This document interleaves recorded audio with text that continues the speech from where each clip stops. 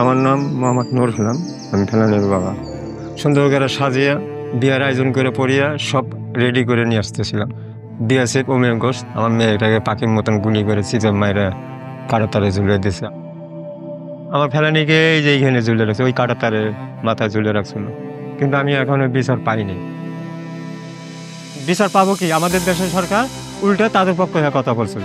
যেহেতু আমাদের বাংলাদেশের সরকার ছিল আওয়ামী লীগ, শেখ হাসিনা, তাদের ভারতের পক্ষ হয়ে কথা বলছে। আমরা ওরকম সরকার চাই না। আমরা চাই এরকম সরকার যে আমাদের পক্ষ হয়ে কথা বলবে, যে কোনো বিচার চাওয়ার সাহস করতে পারে। আসেন, সামনে নির্বাচন, ভোট দিয়ে আমাদের ক্ষমতা বুঝে নেই। এই নির্বাচনে কে জিতবে? আমাদের বাংলাদেশ জিতবে, যেহেতু আমাদের দেশের চাবি আমাদের হাতে।